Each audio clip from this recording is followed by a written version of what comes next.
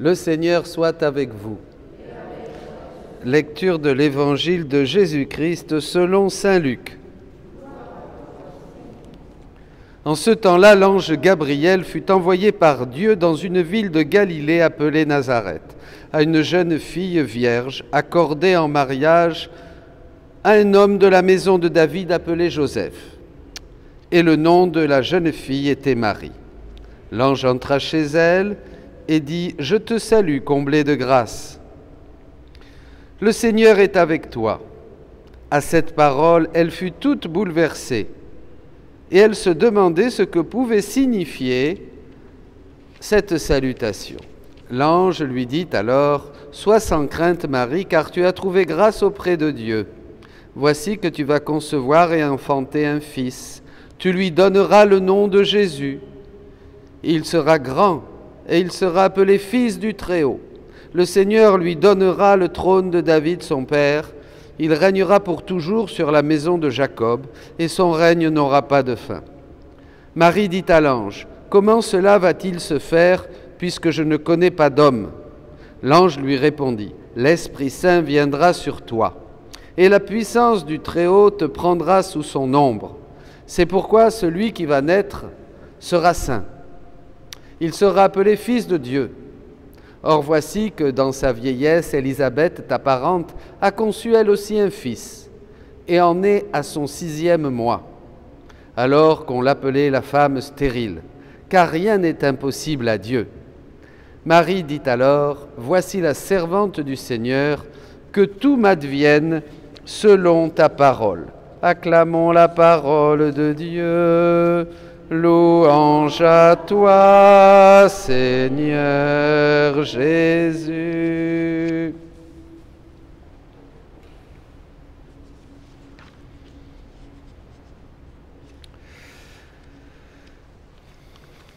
L'annonciation du Seigneur.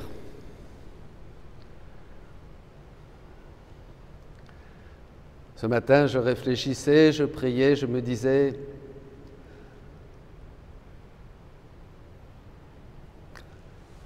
Seigneur, que veux-tu que je dise? Et puis, je me suis mis à lire certains passages sur ce moment de l'Annonciation dans le livre du ciel, dans les écrits donc de Louisa. Et c'est tellement admirable, il y a tellement de passages sur la Vierge Marie. Ça abonde, vous savez, dans les écrits du livre du ciel et dans le livre de la Vierge Marie dans le royaume de la divine volonté. Ça abonde, c'est immense. Je peux dire comme prêtre que avant de connaître le livre du ciel, je ne savais absolument rien sur la Sainte Vierge, ou très peu. D'ailleurs, c'est même tout ce qu'a pu dire notre tradition jusqu'à aujourd'hui, c'est très peu, c'est beaucoup. C'est grand, bien sûr, mais c'est très peu en comparaison de ce que Jésus nous révèle sur sa mère dans les écrits du livre du ciel. Vous voyez, là on rentre, je crois même que je n'arriverai jamais personne n'arrivera à comprendre tout ce que Jésus enseigne sur Marie, sur sa mère, sur l'Immaculée Conception, sur son rôle, sur sa médiation, sur... voilà. C'est trop. Alors je me suis dit, non, bon, je ne vais pas inventer, je ne vais pas essayer de bafouiller quelque chose, même avec l'aide du Saint-Esprit, bien sûr, qui vient au secours de ma faiblesse. Je vais tout simplement vous lire le passage dans la Reine du Ciel au 19e jour. Voilà, qui est une petite chose, parce qu'on trouve des textes partout dans le livre du ciel sur la Vierge Marie. C'est un dévoilement total du rôle de Marie, et de ce qu'elle fait, de ce qu'elle a fait, mais de ce qu'elle fait aujourd'hui.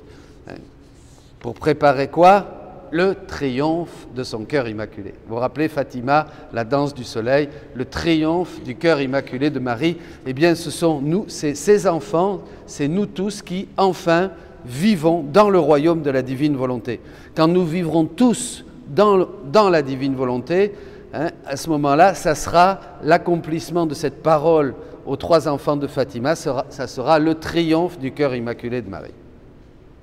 Donc il faut commencer. Alors Marie dit à Louisa, « Fille de mon cœur, écoute-moi bien. Plusieurs jours avant que le Verbe descende sur la terre, j'ai pu voir le ciel s'entr'ouvrir et le soleil du Verbe divin se tenir à son entrée,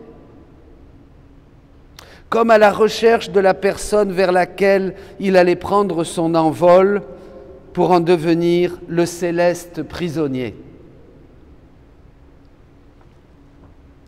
Oh, comme il était beau de le voir aux portes du ciel, comme un veilleur, une sentinelle, à la recherche de l'heureuse créature qui allait accorder son hospitalité à son Créateur.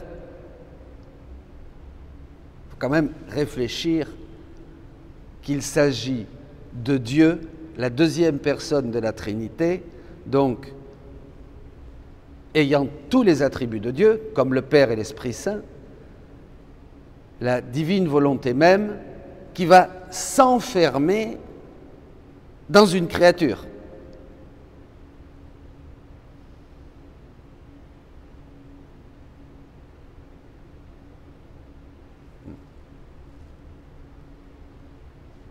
Une mystique italienne qui était complètement en extase.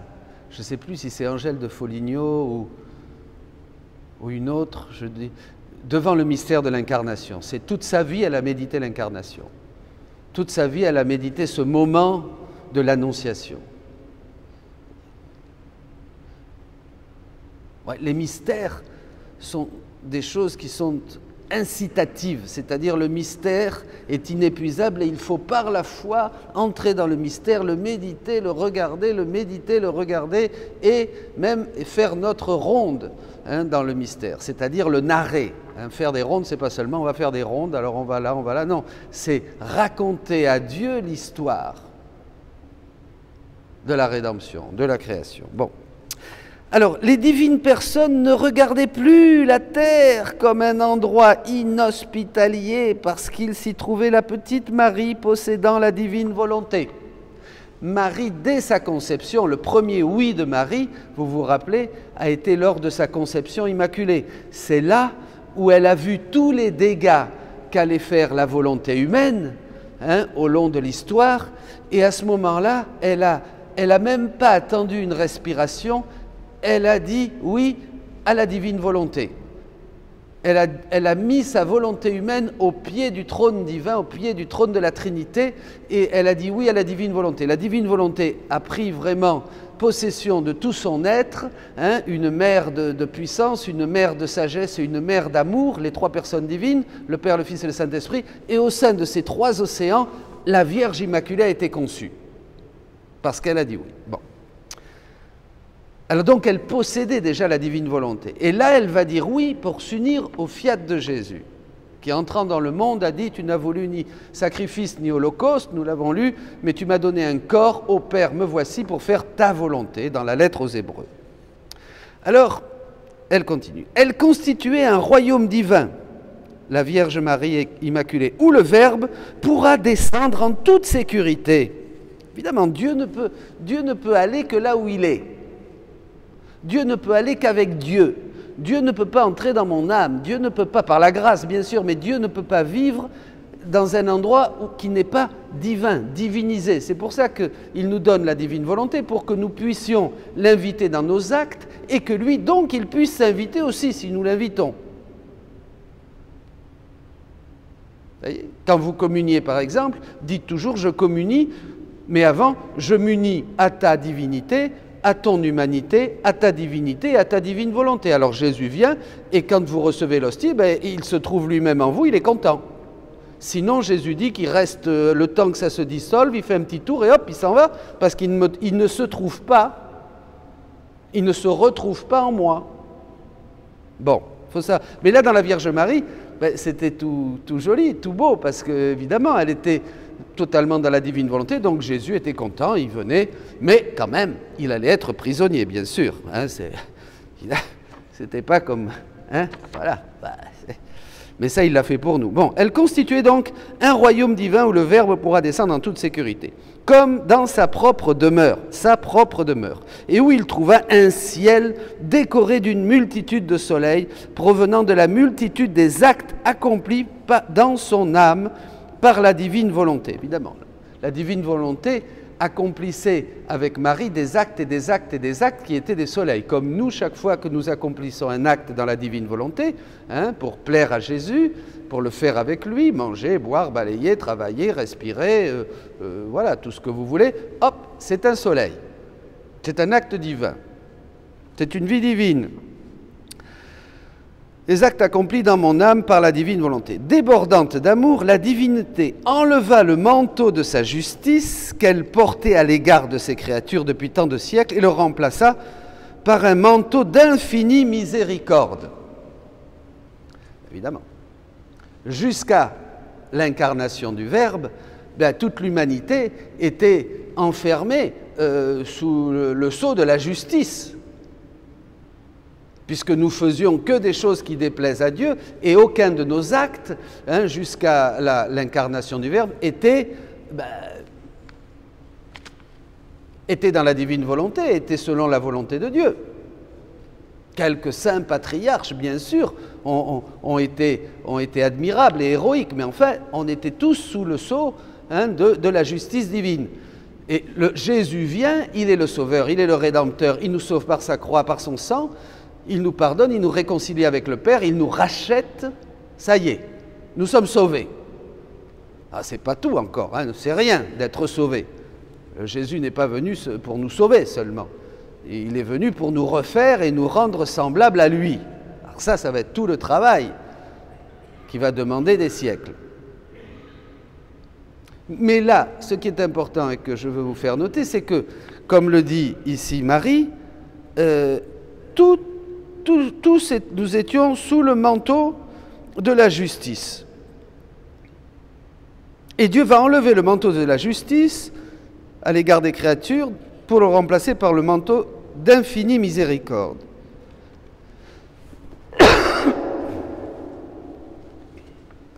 Voilà. Jésus dit qu'avec Marie, quand est née Marie, est née la miséricorde. Jésus dit qu'il va inventer le pardon à travers la naissance immaculée, la naissance de la Vierge Immaculée. Et d'ailleurs, c'est très beau parce que dans la tradition, nous appellerons Marie la Vierge, la mère de miséricorde. Donc voilà, la miséricorde. La miséricorde est là par le fait même que Marie est conçue. Et bien sûr, puisque maintenant, elle nous donne Jésus, qui est le Rédempteur, le Sauveur, Jésus, la miséricorde de Dieu.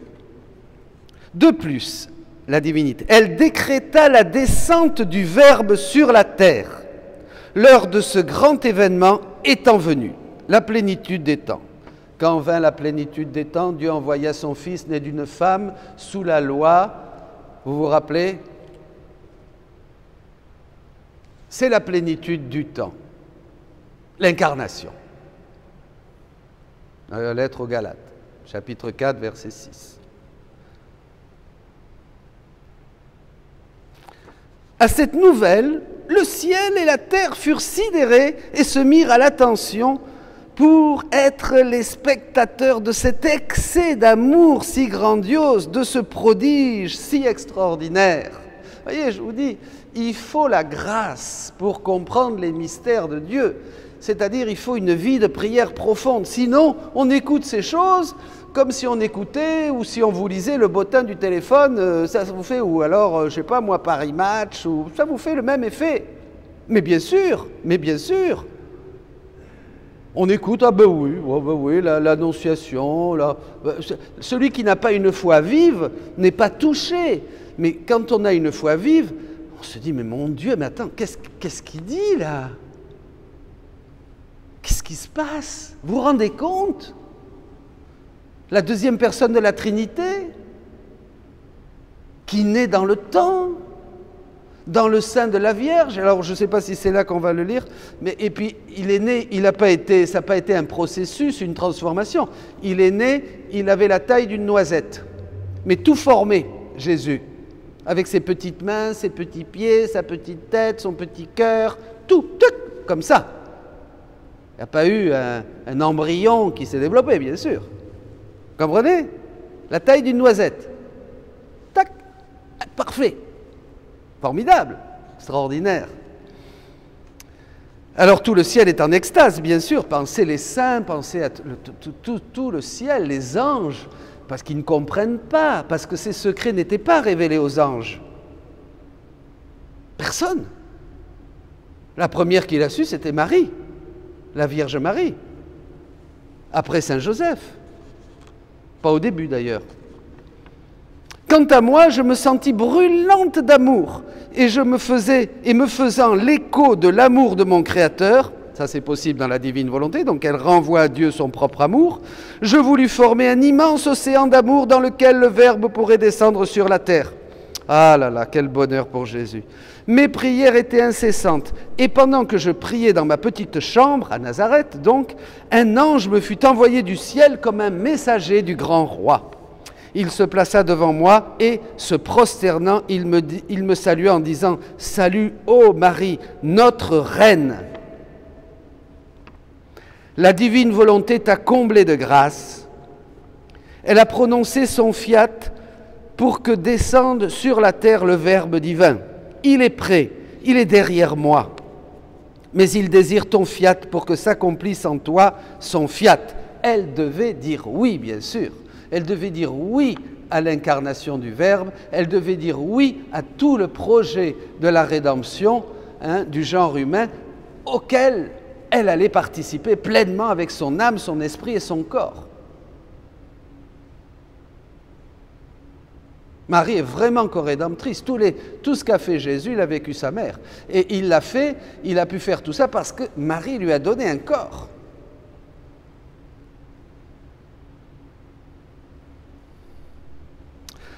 Devant cette annonce si sublime et tellement désirée par moi, bien que je n'avais jamais pensé être l'élu, je fus stupéfié et j'hésitais un moment, cette hésitation dans le texte. Mais l'ange du Seigneur me dit, notre reine, n'aie pas peur, tu as trouvé grâce devant Dieu, tu as conquis ton Créateur. Aussi pour que la victoire soit complète, prononce ton fiat. Si Marie avait dit non, ben vous ne seriez pas là. Il n'y aurait pas de messe. Je prononçais mon fiat et, ô merveille, les deux fiat fusionnèrent, le fiat de Jésus et le fiat de Marie fusionnèrent, ce qui eut comme conséquence la descente du Verbe divin en moi. Mon fiat, auquel Dieu accorda la même valeur qu'au sien. Bien sûr, puisqu'il était produit par la divine volonté en Marie. Donc il y avait la même valeur. Il fallait que les deux fiat aient la même valeur. Le oui de Marie et le oui de Jésus. Sinon, ça ne marche pas.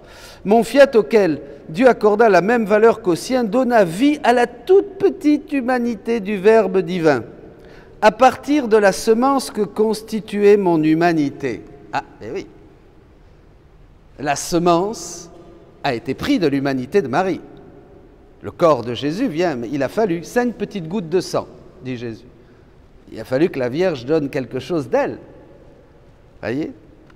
Ainsi, le grand prodige de l'incarnation fut accompli aux puissances de la divine volonté. Tu m'élevas si haut et me rendis si puissante que tu as pu déposer en mon intérieur cette petite humanité qui devait enfermer le Verbe éternel que ni le ciel ni la terre ne pouvaient contenir. Petite humanité de Jésus, formée à partir de 5 gouttes de sang de la chair de la Vierge Immaculée, si pure et si belle, va recevoir, et c'est là la personne de Jésus-Christ, le Verbe éternel, la seconde personne de la Trinité. Les cieux furent secoués et toute la création prit une attitude de fête, exultant de joie. Ils se rassemblèrent autour de la petite maison de Nazareth pour rendre leurs hommages et leur respect au Créateur, devenu homme, le Créateur devenu homme. Dans leur langage muet, ils disaient « Ô prodige des prodiges, que seul un Dieu pouvait accomplir. L'immensité est devenue petite, la puissance s'est fait faiblesse, la grandeur inaccessible s'est abaissée et à s'enfermer dans le sein d'une vierge. Elle est à la fois petite, immense, puissante et impuissante, forte et faible. Ma chère fille, tu ne peux comprendre ce que ta maman ressentit pendant l'acte de l'incarnation du Verbe. Tout faisait pression sur moi pour que je prononce mon fiat, que je pourrais qualifier de tout-puissant. Bien sûr, tout le ciel était en suspense, en attente. Ça devait être un moment terrible, énorme, grand, immense, infini, dramatique. Tout le monde était là et attendait ce oui de Marie.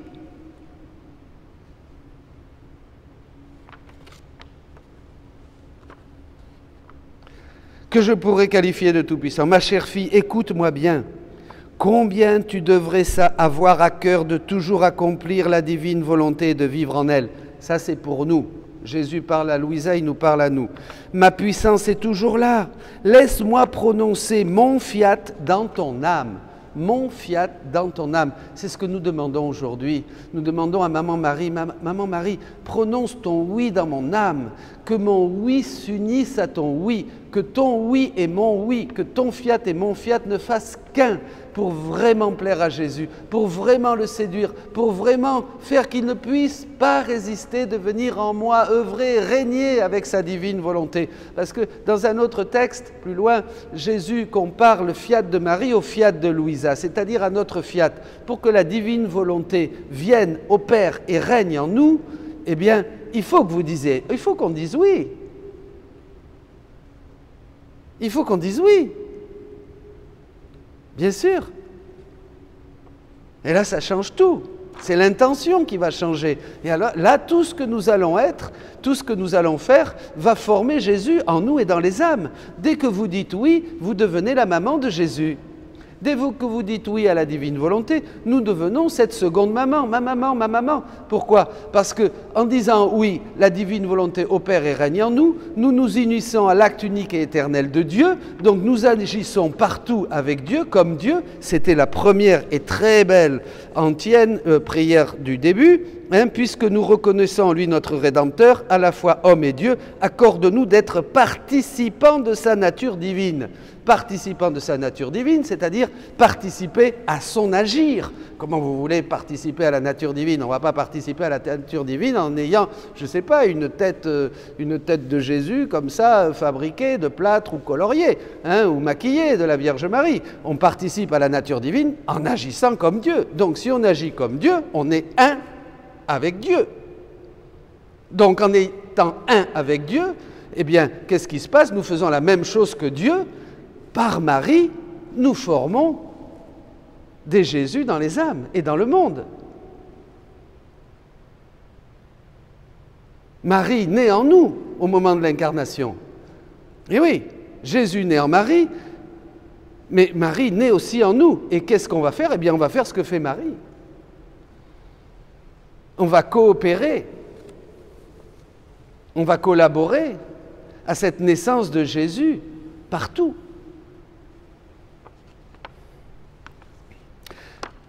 Ma puissance est toujours là, laisse-moi prononcer mon fiat dans ton âme. Mais pour que je puisse le faire, il me faut le tien. Ah ben oui, voilà. Le bien véritable ne peut s'accomplir par une seule personne. Les travaux les plus grands se font toujours à deux.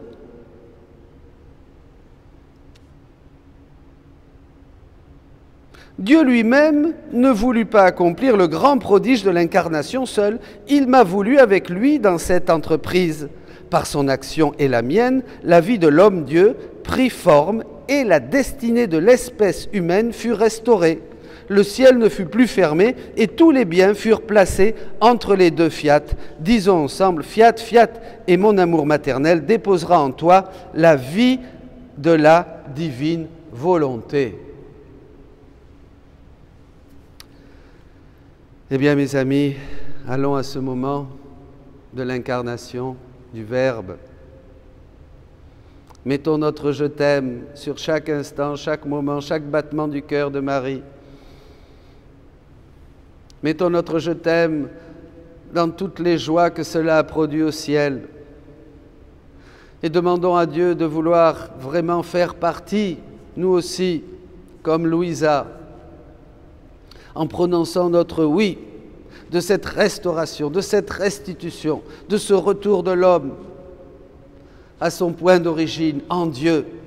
Demandons d'être comme Marie, comme Louisa, comme tous ceux qui viendront maintenant, des âmes victimes, des âmes, des hosties vivantes, des tabernacles de Dieu, où il peut renouveler tout son mystère, où nous pouvons vivre dans ces états, les états de Jésus, où il peut reproduire toute sa vie depuis son incarnation jusqu'à sa mort, en nous, en chacun de nous, que nous puissions être des Jésus vivants, par la puissance de la divine volonté opérante et régnante en nous, parce que nous l'invitons, nous la supplions.